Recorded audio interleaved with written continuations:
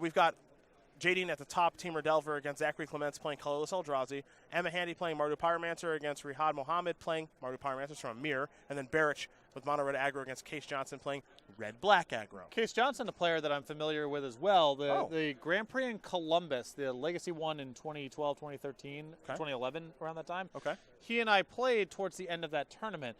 And Case, at the time at least, was living in Princeton, New Jersey, so we sort of talked about the kind of the old neighborhood and all that kind of stuff. Okay. And he is I think, one of the very first Magic players I played against, because he was a teenager in that event, who was, I had been playing Magic for more years than he had been alive. That was when, now it happens a lot more commonly. Yeah, of course. But Case was kind of the first time that happened. So given that he and I grew up in kind of the same area, plus his age stood out to me at the time, especially because he was playing in the Legacy event. Yep.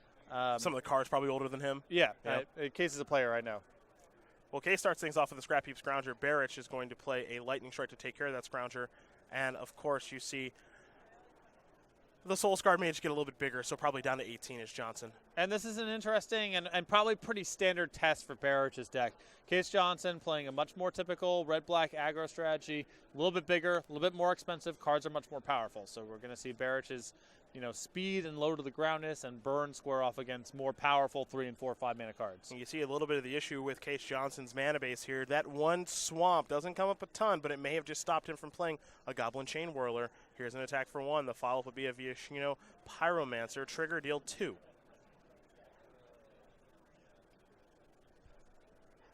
Back over to Johnson we go. There's another red source. There's the Chain Whirler taken care of the Pyromancer. Oh, that gets me Chain Whirler. Gosh. Trigger kills a creature or planeswalker, so I'm only missing player investigates. Ain't going to happen. On-Crop Crasher. Get on in there for 4. You saw Wizard's Lightning take care of the Chain Whirler. See what the follow-up is here from Case Johnson.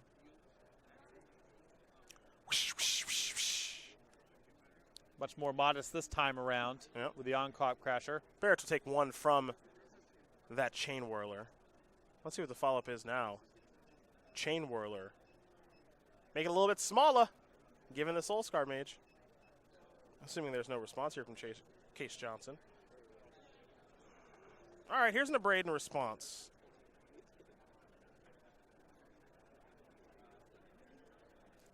And target Soul Scar Mage. All right. Shock it. Yeah, this is what I like about the burn heavy build. Just combos. So many combos. Yep. Yeah, you do a much better job with Soul Scar Mage. So I believe Johnson should be down to 7 now. 1 from the Chain Whirler, 3 from the Crasher. There's a Dragon Skull Summit. Here's Hazaret. 1 card left in hand. We're going to go back over to Barich. Barich will draw. He doesn't have a Hazaret just yet. He'll play a Bomac Courier. Let's see what this is. It's an Abrade there. Okay. All right. That was really important. I mean, that would have been lethal with the Exert trigger, but now Case maybe in a position to pivot, start taking control with Hazaret.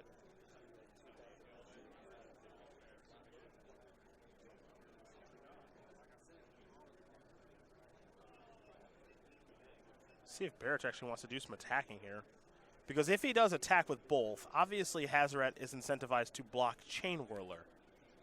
So you get your point of damage in, and now this Bomac Courier has the ability to draw 2 cards, and Barich has a lot of burn in his deck, as we know.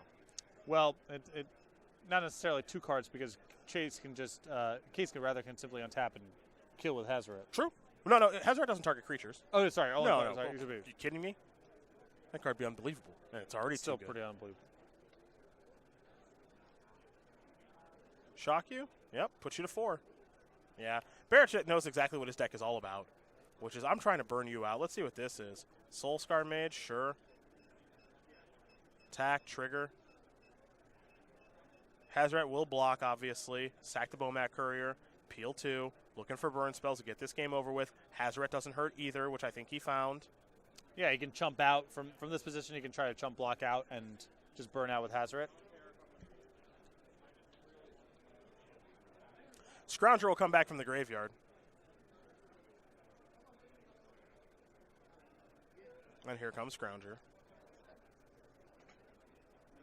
Also, the nice thing, too, is as Barich will draw, picked up a copy of Bomac Courier. If he has Hazaret in hand, play Mountain, play Bomac Courier, play Hazaret, attack with all your stuff.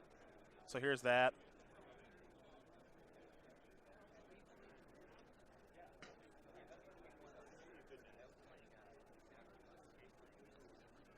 There's a mountain. Just going to pass the turn back. Going to deal 6 over to Barich. Will deal 4. Put Barich down to 14. But that's a long way to go. And yes, it is. Barich can untap and do the same. Barich will draw. Right now, Case Johnson's going to deal 2. Put him down a little bit lower, but Barich will just be able to say, end of your turn, shoot you for 2. And then on my turn, shoot you for 2, and that'll do it. So Aaron Barich, with some careful management of his cards and good use of Bomac Courier, able to win game number 1 there over Case Johnson. His mono-red aggro very quickly up a game there over red-black aggro. That's part of the appeal to having more burn spells in your deck. It makes Hazoret's ability, the little reach it gives, even better. Well, that's kind of the perfect game there for Barich because he got onto the board earlier. Case Johnson had a couple spots where he was able to get some good 2-for-1s with some of his cards, but Barich was able to get in some hits, get Johnson low enough, get Johnson to a position where even when he stabilized the game, he wasn't in a position to pivot and start attacking because he had to hang back on defense. And then, as you mentioned, because Barich had done all his work early on in the game, the fact that his Hazoret killed much faster than Case Johnson's is what ultimately wrapped it up. We'll take a look at the sideboards here between these two players. I'm going to start with Case Johnson. His 4 Duress, 3 Chandra's Defeat, 3 Magma Spray, along with a Glory Bringer, Rekindling Phoenix, a Chandra Torch of Defiance, an Hour of Glory, and a Doomfall. So the instinct, I think, in the mirror match is to go bigger. This is not quite a mirror match, and because Barich's deck is so low to the ground, I don't know if you want to go all the way up to things like Rekindling Phoenix and Chandra Torch of Defiance. I definitely like the 3 Magma Sprays and the 3 copies of Chandra's Defeat, along with the 1 Glory Bringer. I think those are easy. The Chandra, the Rekindling Phoenix, I think are a little bit shaky here than they usually are. For Aaron Barich's sideboard, he's got 4 Chandra's Defeat of his own, 3 Rekindling Phoenix, 3 Abrades, 2 Fight with Fire, Vance's Blasting Cannons, a Chandra Torch of Defiance, and a Scavenger Grounds. Definitely like the Chandra's Defeats. And past that, again, he can go a little bit bigger, a little bit more durable with Blasting Cannon, Chandra, and Rekindling Phoenix, but I don't know how much of that stuff he really wants when most of his edge is being low to the ground. Well, those are the options there for both players, and we will see exactly how they opt the sideboard. And we'll watch game number 2 here in just a moment. Quick update there on our scoreboard. JD Klomparens with Team Redelver up a game there over Zachary Clementz playing Colorless Eldrazi, and then Emma Handy and Riyadh Mohammed. Well, they're in game number 1 still, the Mardu Pyromancer Mirror. So we'll turn our attention back to Barich versus Johnson in just a moment. But first, let's talk about Aaron and his token. We mentioned that he won that Season 1 Invitational earlier this year at SCGCon. Congratulations to him. Beautiful looking soldier token is what he wanted. That's exactly what he got. Has his hat that he always wears playing too, of course. Patrick, I'll let you tell our viewers at home exactly how they can get this token. Well, there are 2 easy paths. Any Open or Classic, beginning in Dallas on August 18th and 19th, you sign up, you get 1 when you sign up. If you can't make it out to the Opens, any order from Star City Games, $5 or greater, beginning July 27th, will be shipped out with one of these tokens. That is Aaron Barich as we get ready to go back to our match here in just a moment. We started watching him in Dallas a couple of years ago, where he went, I believe he went top 8 win the same weekend for Barich. And who knew that he was going to be able to add an invitational title to his crown and his resume at this young age of 21. 5 open top 8s, has that win in Dallas, has an invitational top 8, has an invitational win already. Yeah, I just thought he was just another Gulf Coast beatdown artist when he first came into our radar in Dallas, as you mentioned, but hung around, had a lot of success, and the cherry on top thus far in his young Magic career, that invitational win. He's a streamer. He acts in community theater, and he's a connoisseur of fine hats, as you can see in the picture. I can't wait to see what the next hat will be. He's been having that one around for a handful of years at this stage. Might be time for another one. Might have to talk to Matthias. Their hat styles are a little bit. But they're both connoisseurs of fine hats. That's true. That's all. Matthias could maybe show him the ropes a little bit there for Aaron Barich, the Gulfport, Mississippi native, who, I'll tell you what, Mississippi, not a great location if you're playing Magic. Typically. I mean, it's tough to get around. Yeah, it's not, it does not have a huge scene, but we do have a loyal following of people who come out to the Opens when they are in the area, when we come down to Florida or Texas or so forth. I mean, he finds his way to get to places. Also, he's notorious for having horrible flight problems. Yeah. Just terrible travel issues for him, unfortunately. There's a Gia 2, I believe, Lava Runner. Mountain in for 1. Yeah, you like that? Cycling a canyon slew, Will Johnson. This is the kind of card for you. Just a stinky one red drop. Okay, sort of on turn 1, and okay, sort of on turn 4. That's right. Those are my cards. In for one more. Boom. Johnson down to 18. Oh, Lightning Strike's not going to take care of that. That thing straight to Lightning Strike. You are happy. So Johnson going to stay at 19. Another energy.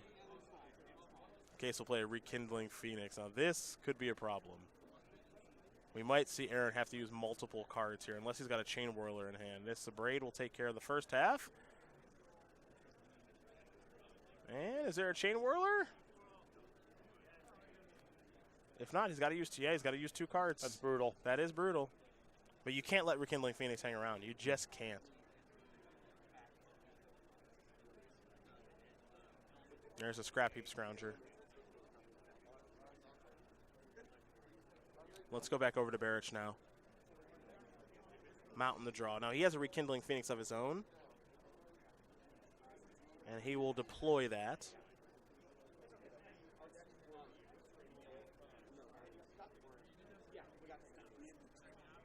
All right, that'll be in a Braid. There is a token on the battlefield there for Rekindling Phoenix. We'll use Aaron's hand for it right now, and it's dead now. So fortunately for Aaron, Case had to use 2 cards as well, but Case is in a pretty good position thus far as he plays another Canyon Slew and passes the turn back. Yeah, Barich's cards are so much less powerful that when the game's a little slow like this, even if both players have relatively high life totals and the game looks similar, it's a big edge for Johnson. And Gitu Lava Runner coming down with a little extra power and haste. There's an attack for 3.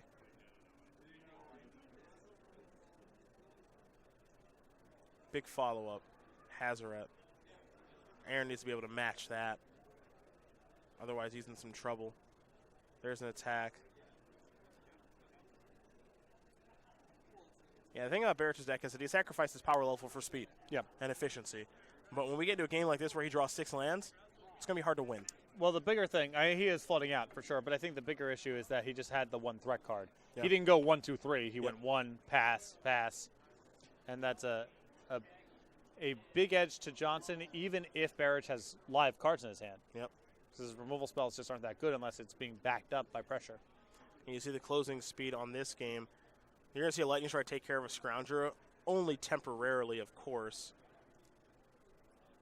Now that's a Hazoret. That's a good time for that. Your life totals are definitely not accurate. Please get those updated. There's an Hour of Glory. Easy. Yeah. And that is going to get that game taken care of. So Case Johnson is going to win game number 2 here over Aaron Barich. They'll get ready for a third one here in just a moment. This is a pretty quick back and forth between these two.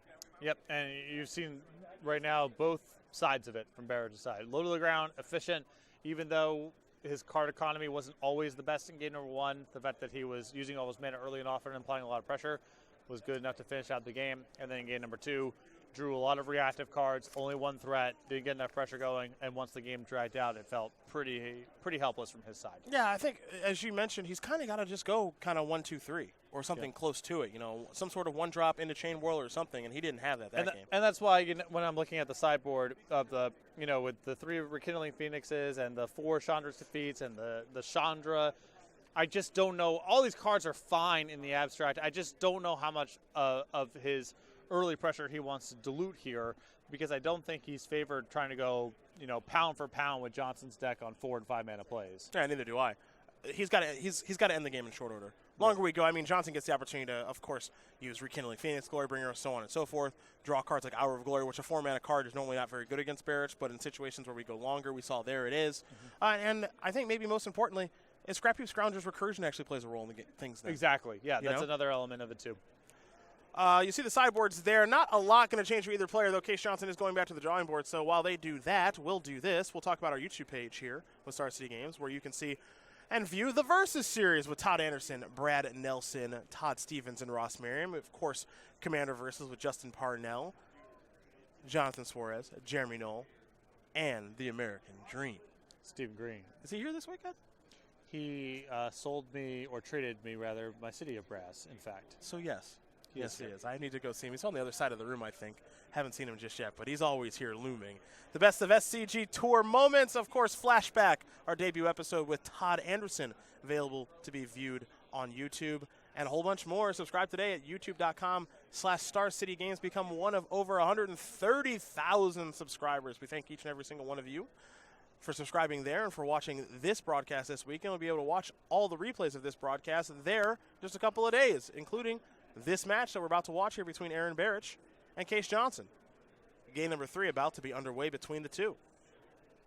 They'll lay with their opening hands. Barich, of course, on the play. You see the scoreboard there. JD still up a game there over Zachary. And Emma Handy and Riyadh, they are deep in the tank as they get ready here to finish off game number 1. Looks like Case Johnson going to take a mulligan here.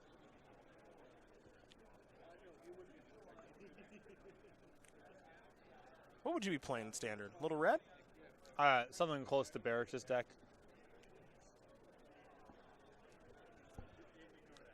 I see these mono red lists with Scavenging Grounds, and I just can't handle it. I can't handle it. It's not as popular as it used to be, but I still can't handle it. Well, no, they don't play. They're gone. Those are gone finally. Okay, good.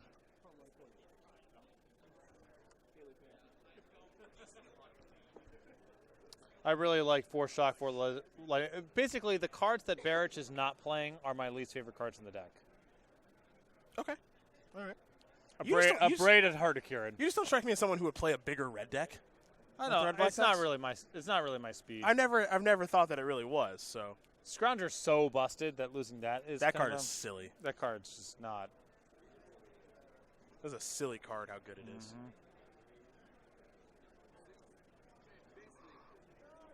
Lightning Strike going to take care of Soul Scar Mage. Pass the turn back over to Johnson. I just can't. Doing stuff like that just can't feel good if you're Aaron. Like that sort of exchange. Pass the turn back again. Boy. Well, he does have Hazoret. That's a big deal. I don't know if he's got lane number 4 rolled up. There's Pia. Wizards. Oof. Boy. Wizards Lightning didn't take care of that. Taking me back to my Yambushi's Flame days. Yeah, boy. Can't feel good.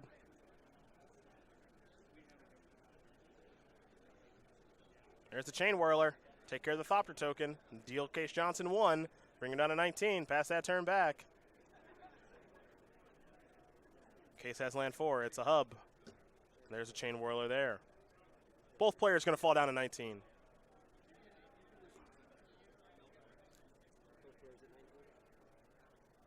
Lightning Strike could clear the way. Well, he doesn't have to make a decision now. I suppose he does. He does.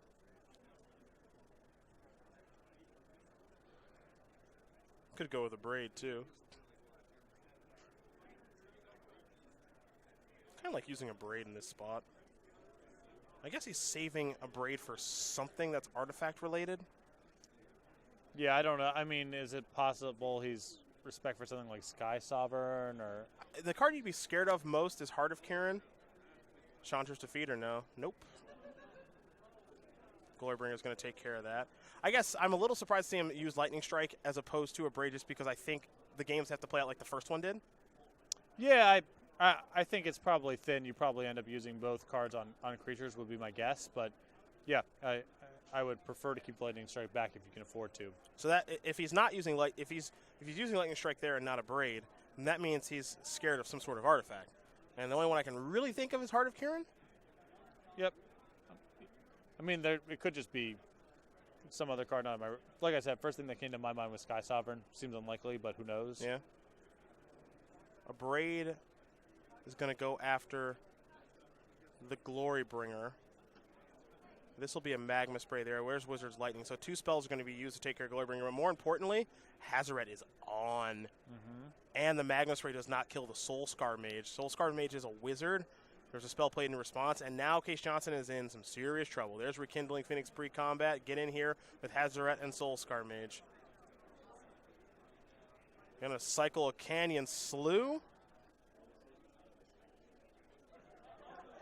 And that is going to do it. Aaron Barich wasn't that fast out of the gates, but enough resources in case Johnson drew too many lands. Going to get that match for the team. The team of Klomparens, Handy, and Barich up a match here over Clementz, Mohammed, and Johnson. Great stuff.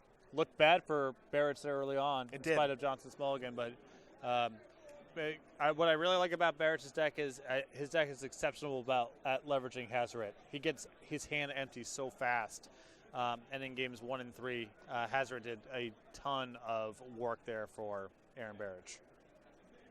Looked good. Looked very good. And, part of the appeal of being that low to the ground deck that only has 22 lands is you have less lands, obviously means you have more spells. Yep. That's the other thing as well. As here come, oh boy, Thought Not Seer with the Numazawa Jite on it. Jaden, you better do something about that.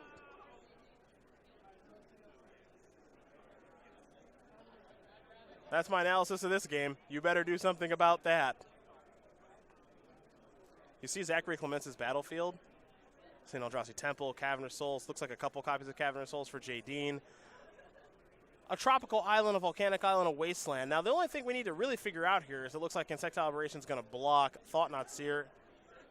And now there is, in a braid, GTA is going to get 2 counters. What is that Sorcerer Spyglass naming?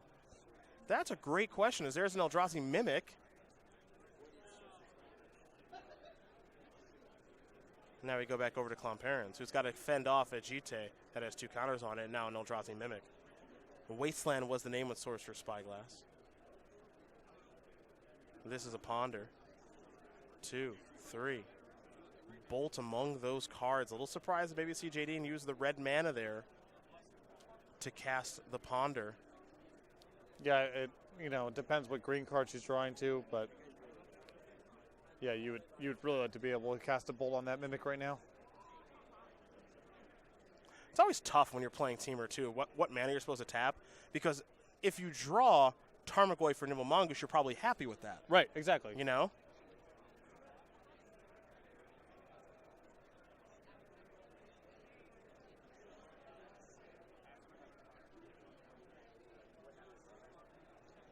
All right. Okay, so there's Goyf. And now there's Delta. Okay. So had a fetch land anyway. Yeah. So totally fine. Now it was just about how to sequence. We'll figure out the size of the Goyf here in just a moment.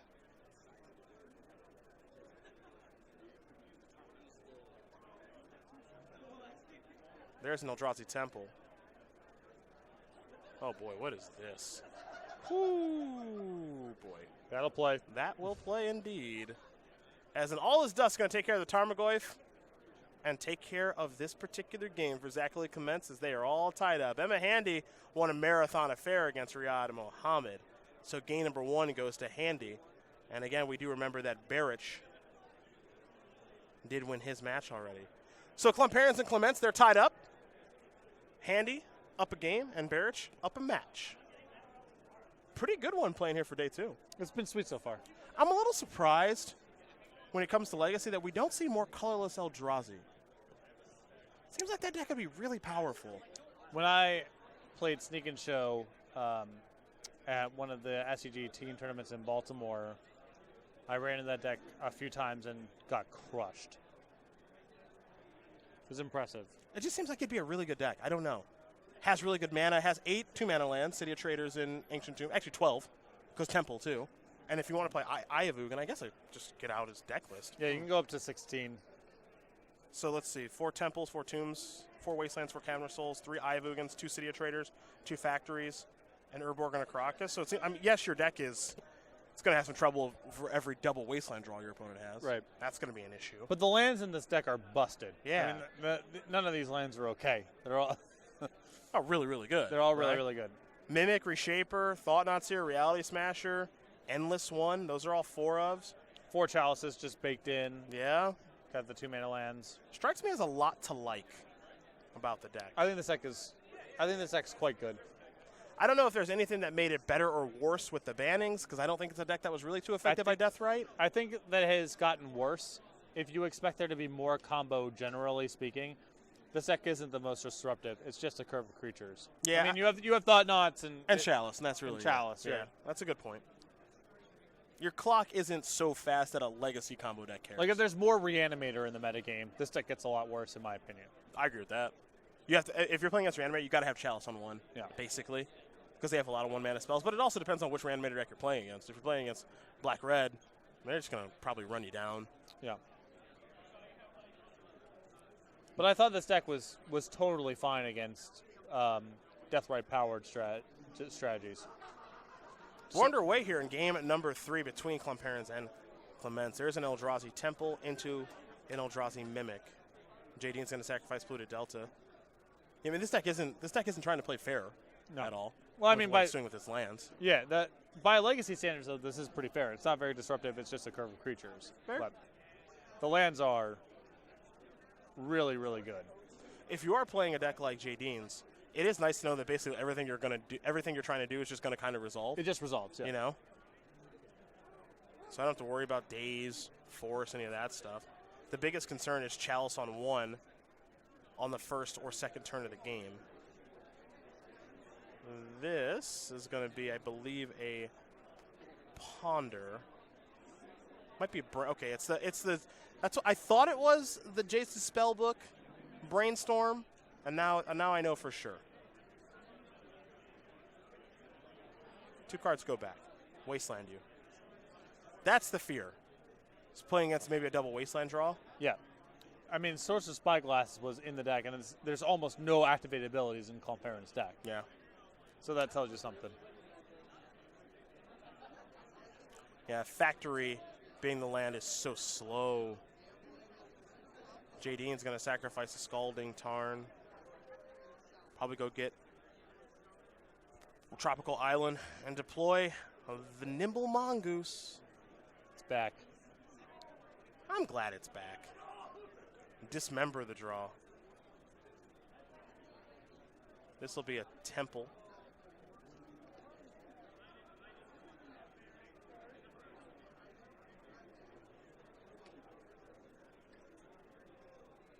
You know, Mongoose is my kind of card. Mm-hmm. It's just, it's a good card, but it's not too good. You have to work for it to be good. Just yeah. And I think it's a really good card. Sorcerer's Spyglass coming down. Well. Bad news. That hand is a disaster for Clementz. I mean, a Grudge for the Spyglass and another Wasteland. And another Brainstorm. And Threshold for the Mongoose. Yeah. I mean, it's about as bad as it's about as good as it gets if you're JD. And about as bad as it gets if you're Zachary Clementz. Goodness, there's the Grudge. Fire off the Wasteland. In for 3 with the Mongoose. This is how you would have drawn it up, that's for sure. Wasteland the draw here for Clementz. That's not terrible, but Clementz needs to get onto the battlefield. Yep. Doesn't have time to be wastelanding. At least I don't think so. There's a Cavern of Souls. Here's a Chalice on 1. That Chalice on 1 doesn't do all that much right now.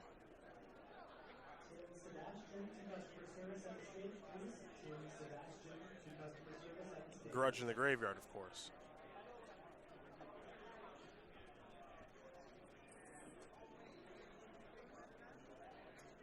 There's Polluted Delta for JD.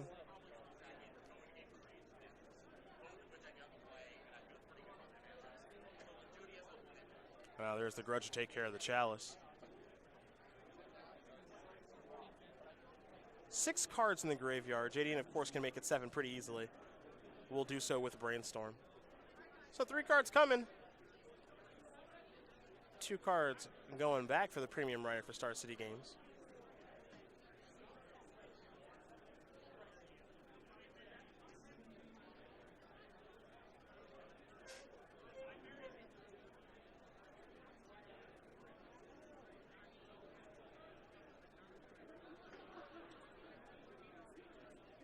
So much pressure.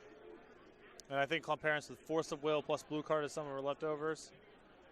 Force of Will not good in the face of that Cavern, unfortunately, but hope is that she can keep Clementz off balance for just long enough for these Mongooses to take care of things. Well, that's what this deck is all about trying to do. Now, here's an endless one, and that's a 4-4. Do you have an Expedition on the battlefield? Yeah. I think that's one of them. I'm positive. So I'm taking what I can get here. It's an Expedition Ivugan. Boom! How big was that Tarmogoyf? I don't know. I would imagine 5/6 because artifacts were involved. I think it was a 5/6. You got it. Bingo! All right, cool. And now we can retire the boards. Dude. Big win here. This feels right. Big win. Keep the streak going. You were pretty close this week, too. Yep. You just couldn't get a clue. Trying to get a clue, that's a lot to ask for. It is. Across 3 formats. Here's a ponder. So what's JD going to do about this endless one? 2 dismembers in the deck. Well, that answers that. JD's start was incredible. Just wasn't that much pressure. Yeah. You have a Delver in there, then this game's easy. But yeah, if there was a Delver, this would have been a joke. It's a really good point. Now at this point, I think it's really just Dismember that's the draw. She does have a True Name Nemesis also. That'd be pretty good here. Not this turn, but in general, a good card to draw too. All right, looks like it's going to be a shuffle with Ponder.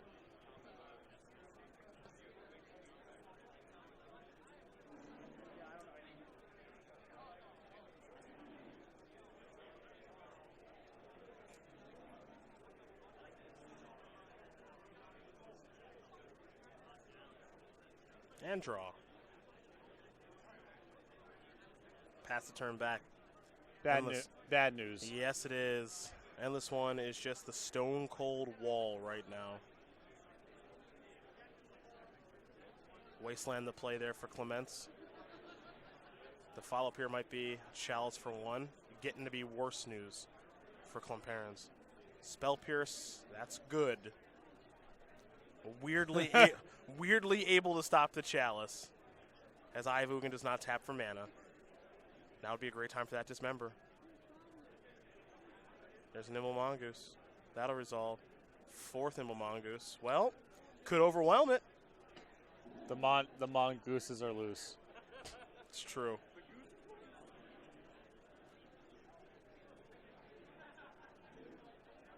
Thought Not Seer in hand. Thought Not Seer the play. Any responses? Nope. We'll cast Daze.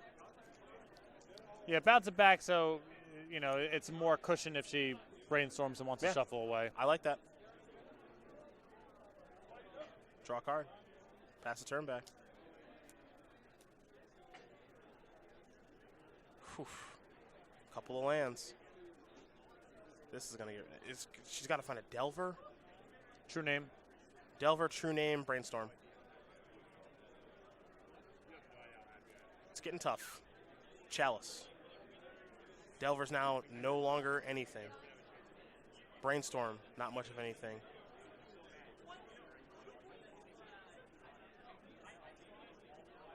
Another endless, boy. The Eldrazi are not stopping. Endless One.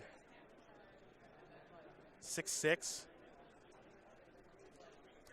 I like starting to send in the 6/6. If you know, I don't want to send in something where if Klomparens blocks everything, you only get 1 Mongoose off the table. But once you can get 2 off the table, it starts getting pretty attractive. So tough because it was such a great draw to start. And now Zachary Clementz has come all the way back and then some. And his draw steps are just so much better. A million times better. Yep, here, great attack. Yeah, this is the attack that I like.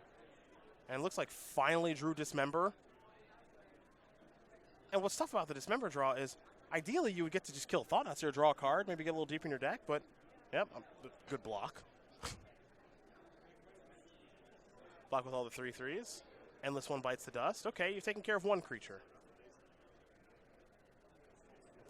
Ancient Tomb, pass. Klomparens will draw. Force of Will. Play a land, pass the turn back. Force obviously not very good right now because of the Cavernous Souls that Zachary Clementz has on the battlefield.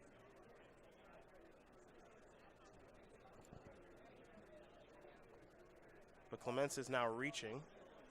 He's going to pay 2 life. This is, uh-oh. I hope Jadine has a blue card. Oof. That is going to do it. Zachary Clementz is going to win this game and match here over Jadine Klomparens. 2-1. Colorless Eldrazi just too powerful for Jadine to stop, and in all his dust. put a wrap on this match. And now we'll head over to Modern. Yes, we will.